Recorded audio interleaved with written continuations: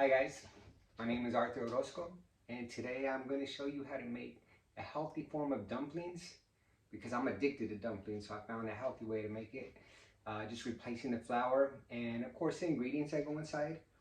Today we are going to make a kale broccoli spelt dumpling. Normally I would get a broccolini or the baby broccoli, but they just had the regular broccoli at the store today, so whatever you're trying to make, you can make it work. The main thing is just getting it into little dicey little pieces, and same concept, because since it's going to be in a dumpling, you don't want big pieces. It's going to break through that dough, right? So I'll show you how to do this. So obviously this is the only unedible part, the main stem of the broccoli, so that we could put aside. I mean, if you do compost, that's perfect for your compost pile. I don't have a compost pile, but I have a trash can. Okay, so we take apart each one of these broccolis and just do real thin slices. Flip it over. If you make little batons, then you can dice it with little baby stems and the broccoli. No broccoli, yeah, it's all broccoli, yes. It's my first video, please forgive me, but it don't matter because we're gonna make this work. All right, so you go through all the broccoli like that, and then we will get into the kale next. Okay guys, so this is the broccoli's done. So now we move on to the kale. And the kale, this whole stem of the kale, that's the part you don't want to get. That's an edible part. So you just want nothing but the leaves, okay? So you can either, okay, when I'm gonna have multiple videos from here on out. No matter what I show you, I'm not saying, oh, this is the right way, this is the only way. You're gonna learn so many different ways to do it. You experiment on your own and you find what works best for you. Some people use a knife and they go along the stem, you know, like that. Or me personally, it just glides off. That's how I see it. So I'm gonna do it the way I feel is right for myself, and just run along the stems on all these kales.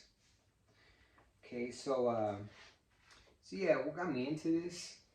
I about a little over 2 years ago just started changing up my diet. I used to eat everything, drink everything, you know, and just wasn't feeling the best. Little by little, just started experimenting. I'm not gonna say, oh, I'm on this kind of diet or this diet. No, like just self-experimentation, trying different things. Let my body tell me what was good for me and what wasn't good for me. You know, majority of it, yeah, I'd say the majority is mostly vegan style. You know, but not gonna be completely on that. Still mess with some seafood, but yeah, dumplings was the main thing.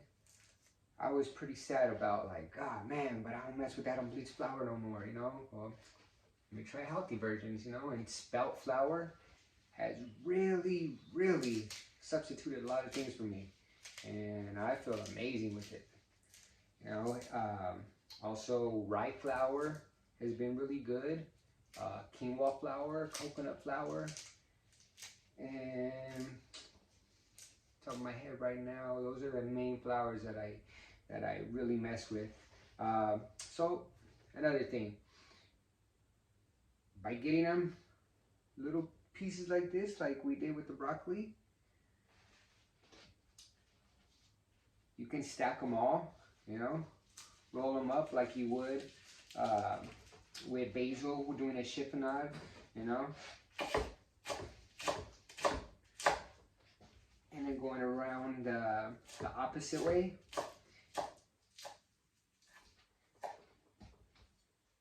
And that kind of dices it up. Or you could just do a rough style. I'll tear it this way, and I'll tear it this way. Any kind of leafy green, you cook it, it's gonna wilt down. As long as you don't have big old leaves you're messing with, and then eating the dumpling is like coming down, it ain't the best, you know? But even if it's not a pretty dice, but it's torn like this is gonna wilt really small.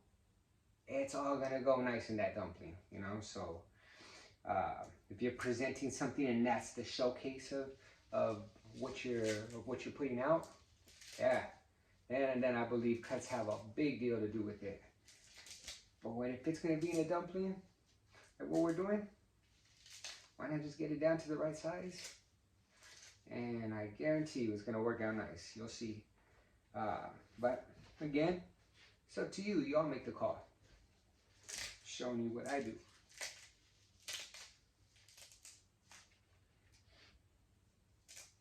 Okay, so no matter what ingredients you guys are gonna put inside the dumpling, like right now we're doing broccoli and kale, switch it up to whatever ingredients you want. You know? I'm just, you could do bell peppers, Swiss chard,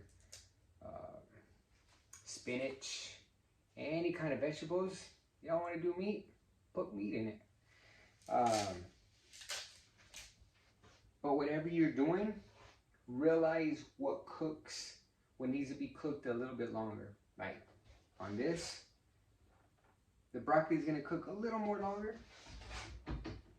Not too much, but just to start. So I'm getting the last of that kale. We can get this almost a little smoking hot. And oil, you guys' choice as well. I can give you a list of options of healthy flours that I mess with. Sesame, which goes perfect with the dumplings. Really good option. You know, I also mess with avocado oil, grapeseed oil, coconut oil, sometimes some olive oil. But yeah. And then this is the toasted sesame oil, so it's really gonna get a lot more flavor than just the regular sesame oil.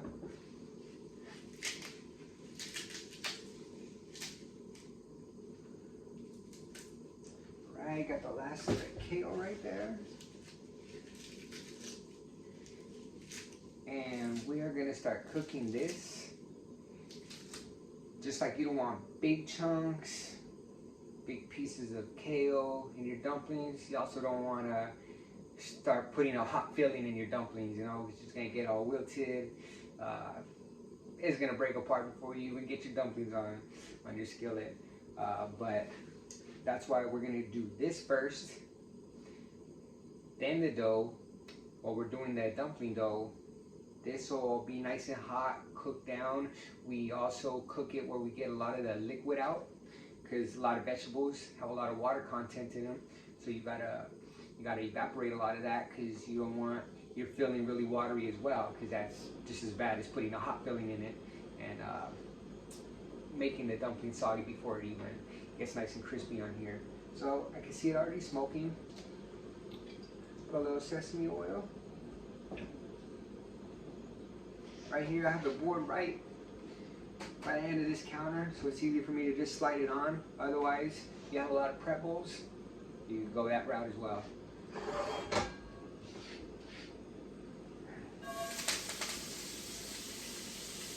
That sound right there, that nice sizzle, one of the best sounds ever.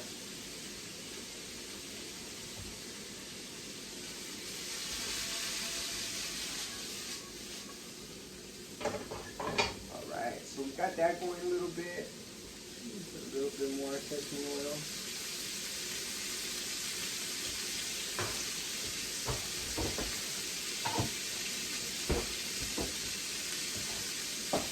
Just a little twist of what I got.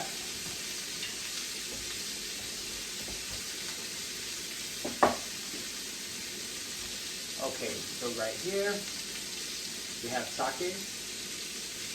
Gives it a nice little acidic flavor to it. Once we let that cook down a little bit more. And this is shoyu. Shoyu,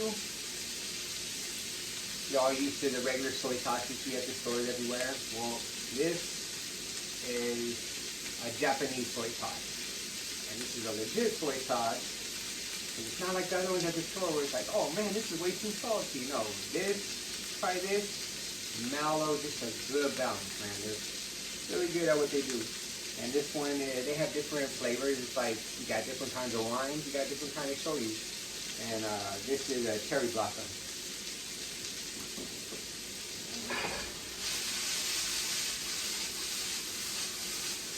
Flip it up like that. You can use a spoon. Y'all make the cross. I'm just demonstrating. You all create the show. Alright.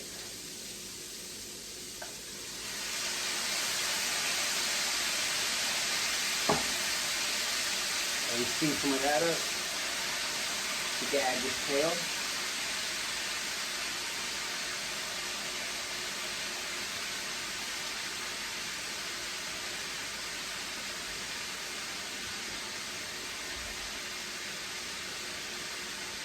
Since it's not that poisonous, extra salty soy sauce, I can actually add salt to my shit.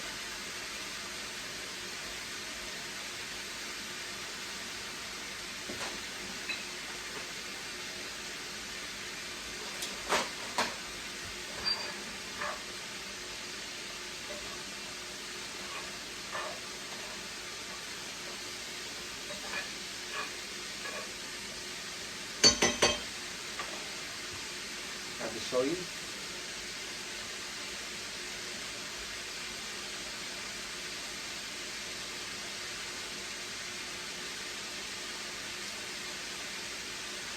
I already guessed. I would say I put about a tablespoon of each. But again, before you're even done cooking this, always taste test. Oh man, it needs a little more salt. Okay, add a little more salt. You know what, it's good, but I need it to be a little more acidic. Alright, well, you can put this more sake, or if you want to add some lime juice, you can add lime juice, lemon juice. You know, just play around. You play around, you end up finding some really good flavors.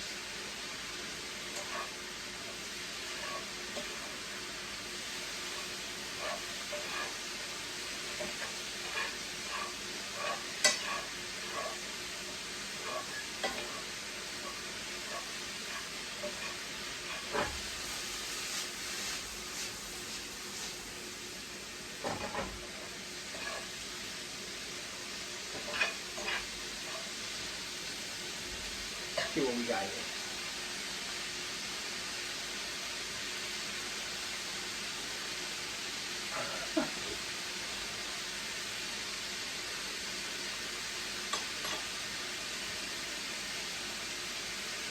I like it.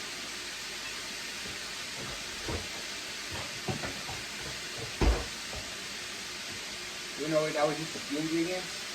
No matter how many ingredients you want, always look for that balance. And always look for the main balance you want. Saltiness, acidic. You want those to combine together. Something's good, okay. When something's great, throw it all the way back here.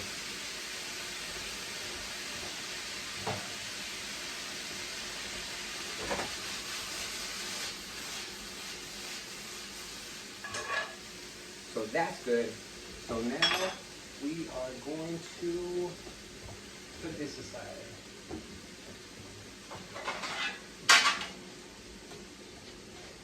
If you wanted to cool something down really quick, flat sheet pan always works the best. So I will give you all the measurements for the dumpling dough. But right here, I'm gonna start heating up some water for it.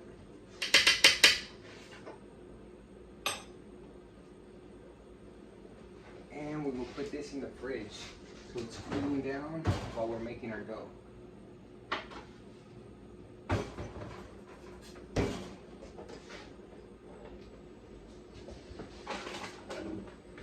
All right, the transition.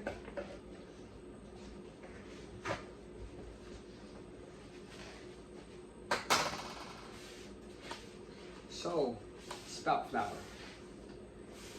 There's different kinds of wheats.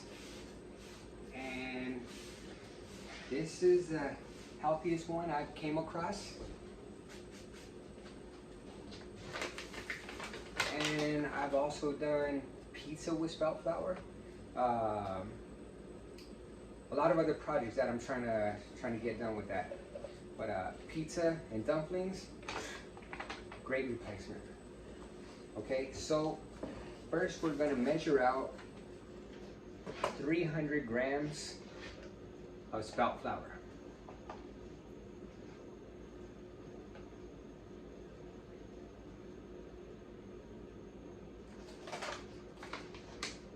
Me personally, I don't like doing, even if a recipe does call for cups and measurements like that,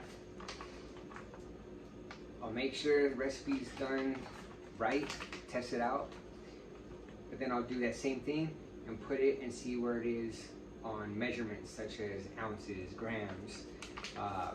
It's just more foolproof versus just saying cups, you know. So 300 grams of spelt flour. You're gonna have 1/4 teaspoon of salt,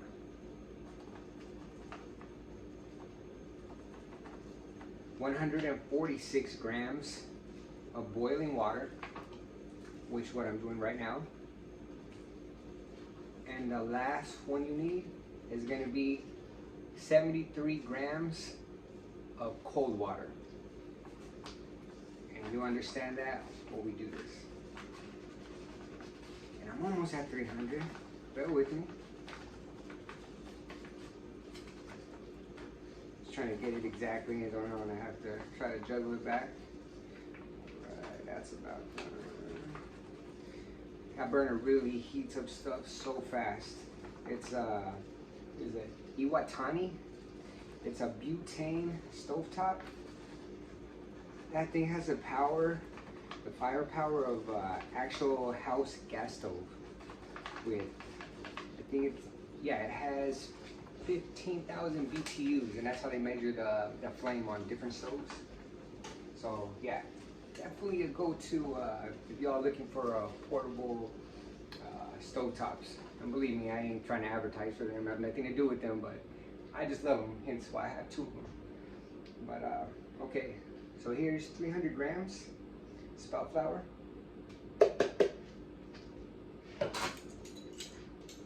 Quarter teaspoon of salt. Is it complete salt in there? No. Just because I like to more pestle my own salt and pepper. So I mean, you could add pepper if you want, but that's what I'm doing. But we'll just say, we'll pretend this is just salt, and that's a quarter teaspoon of salt.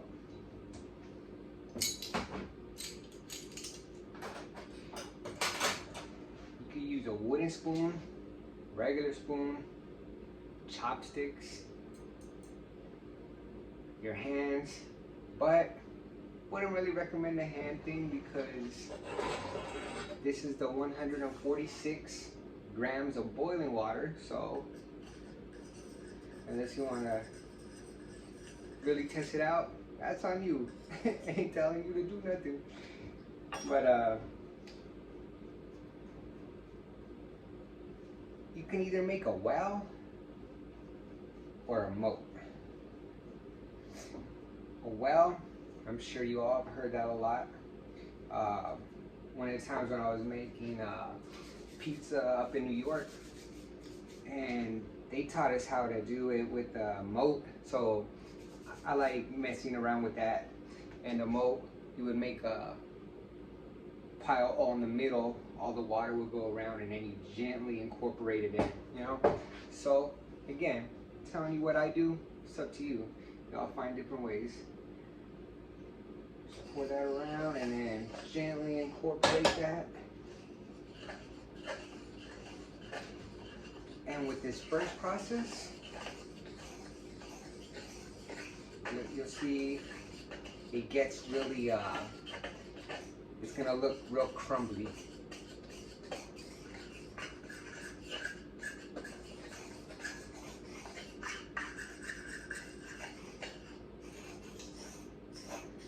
And no matter what you're doing, different, you could have like 3-4 ingredients, you know, that you're working with flour. But different things just make the flour work different with the temperature, with how you work the flour. It's really interesting. Don't have all that information for you, but I know, like with flour tortillas, you know, you would use warm water. Here, boiling water first. As you can see, really crumbly. And now we shock it with. Had this in the freezer, not frozen, but really cold. Okay, a little bit of it's frozen, but we still got it. Okay, so now that is the 73 grams. Now we stir that in. And it went from crumbly, so now it's gonna look all scraggly, like how I do in the morning.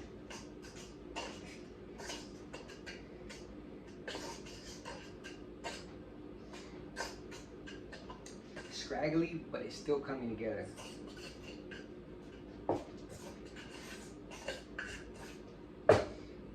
Now, you don't need this anymore. You ain't gonna burn your fingers, get all nice and dirty. But see, it's still together enough where you're not gonna get like dough on like every fingers. And if so, not saying, oh, don't get dirty, guys, but if you do want to try that from the beginning, go for it.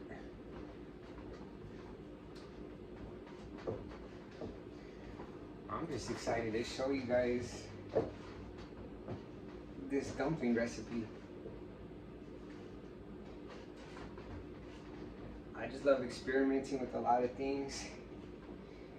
And there'll be some videos I'm pretty sure I'll put out.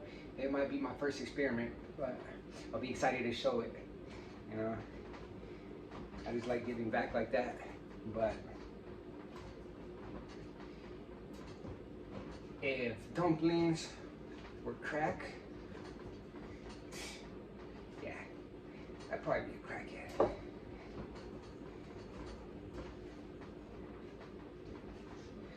Alright. So, it's together, right?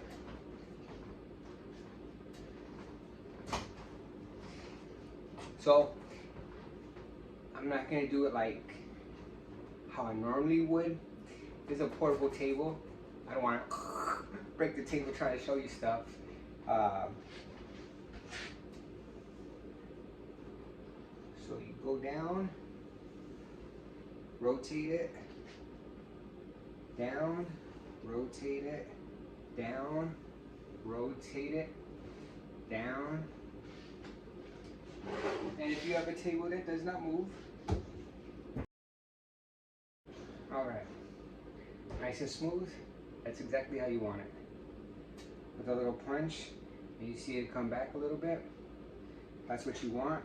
So now, with this, we're gonna let it sit, room temp, the nice little wet blankie, boom. And we'll let that sit for 20 minutes. That will be cool by the time. And I'll show you all how to Make the magic. Alright, so now our dough is rested. We have our filling ready. And our filling, being on a flat pan in the refrigerator, cooled it off really fast. So what I did with this dumpling dough is just cut the dough in sections. And with each section, fold it into a little snake.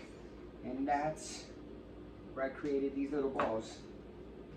You know, so we'll work with these first.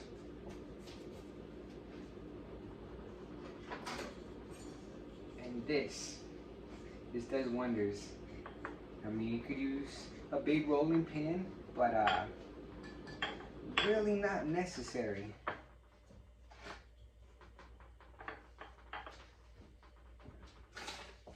That's what I'm missing.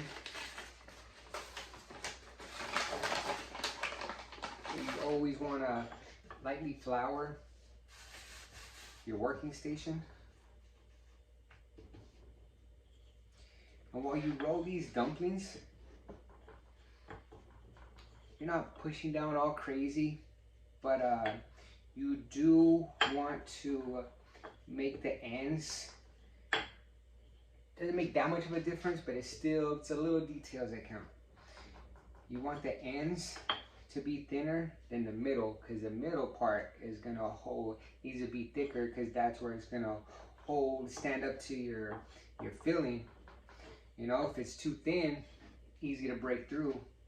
But the ends are gonna wrap up together, and that's what you make the little folds with. And then you have two thin parts that makes it even all around. All right, so they ain't gotta look perfect. It's homemade. That's the beauty of homemade stuff. Have your own style. And making pot stickers, you always want a hot pan, so I might as well get that started right now.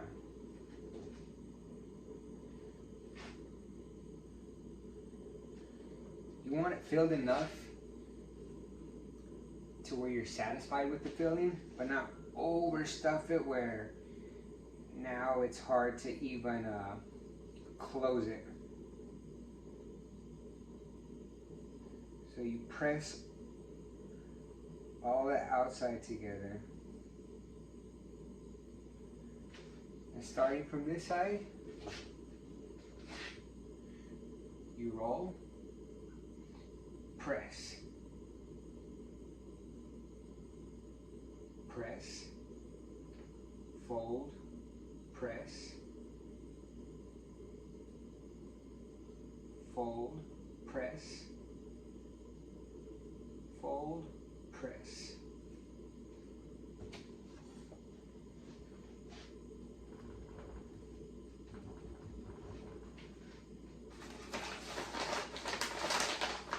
And we are going to use more of that toasted sesame oil we had. So on hand, after you have your dumplings ready to go, you just want a smoking hot pan, whatever oil you wish to use, and a side of water, because that's going to be your steaming element. And you could use water. You get creative, because realistically, think about it, all you need is liquid to make something steam, right? So, oh, you know what? I want to do more sake, or I want to do a vegetable stock, I want to do a lobster stock, I want to do a beef stock. Let your mind wander. Create. It's like you're using oil. Okay, does it have to be that oil? No, you're using fat. So how many different fats are there? A lot. And also, that's the beauty of this. Everything. Once you understand the technique of what you're doing, you use your creativity and make it however you want. Go lower that. That's already smoking hot.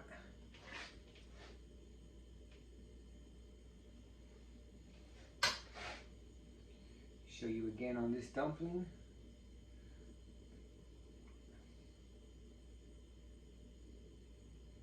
As long as you have one side clamped together. That side is not clamped yet, but it's cool because we'll work our way over there. Okay, I fold, press, fold, press, fold, press. Now I can start clamping that side down. Fold, press, fold, press. And that's your dumpling right there.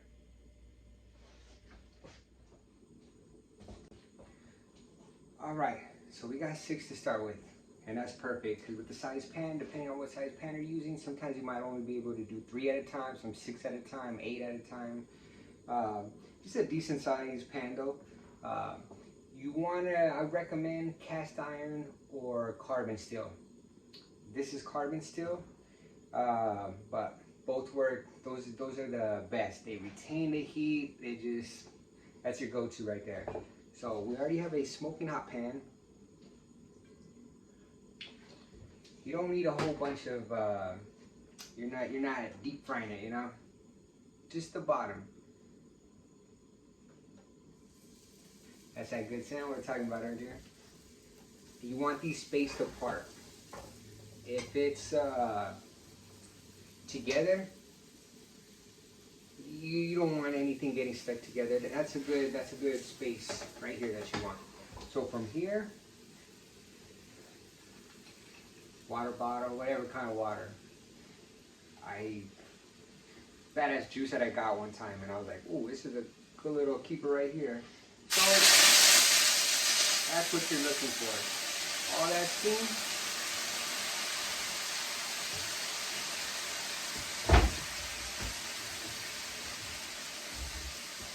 Anything will work. As long as you cover that, it's working his magic right there. And what you're wanting, yes, we didn't get it crispy, right? But the oil's in there. So once it starts evaporating, if we had crisped it and then added the water, okay, now we just get it soggy, right? I wanted the oil in there already.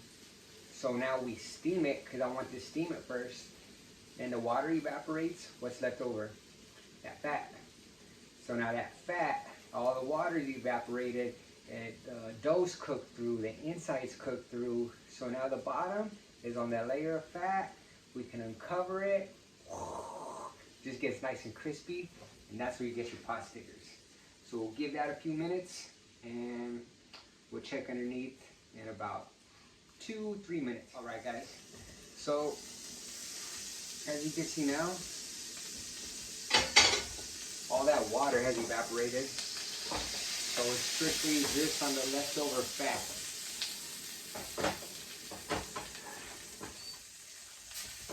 Slotted spatula. You want to check first. Alright.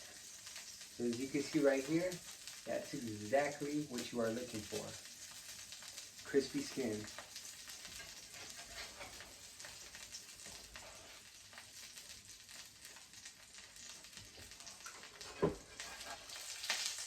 They're all ready to go. Ooh. Yes. Okay. So this one, that's borderline. Okay, that's something that you don't want to get used to. That's good. All these, yeah, perfectly golden brown. And you could feel the crust. Plating wise, another fun part.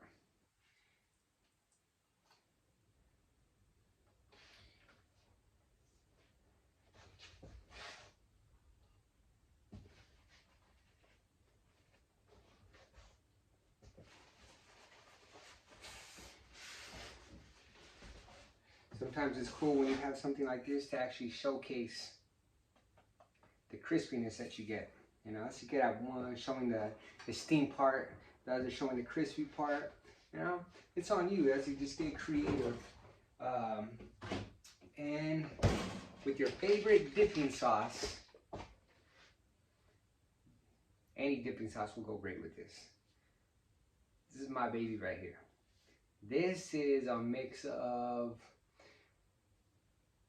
wasabi, not that fake wasabi, real wasabi, shoyu, that real soy sauce, you know, not overly salty, but still has saltiness to it, garlic molasses, yuzu, which is an Asian citrus fruit.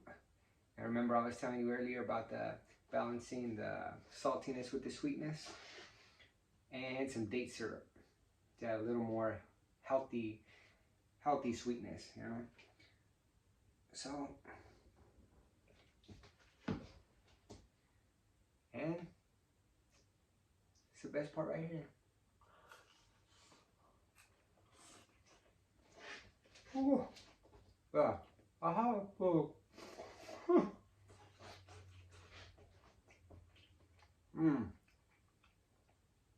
But damn, y'all try this and let me know what you think. And if you enjoyed the video, go ahead and give me a like. If you want to continue on this journey with me, go ahead and subscribe. All right? Y'all have a great day.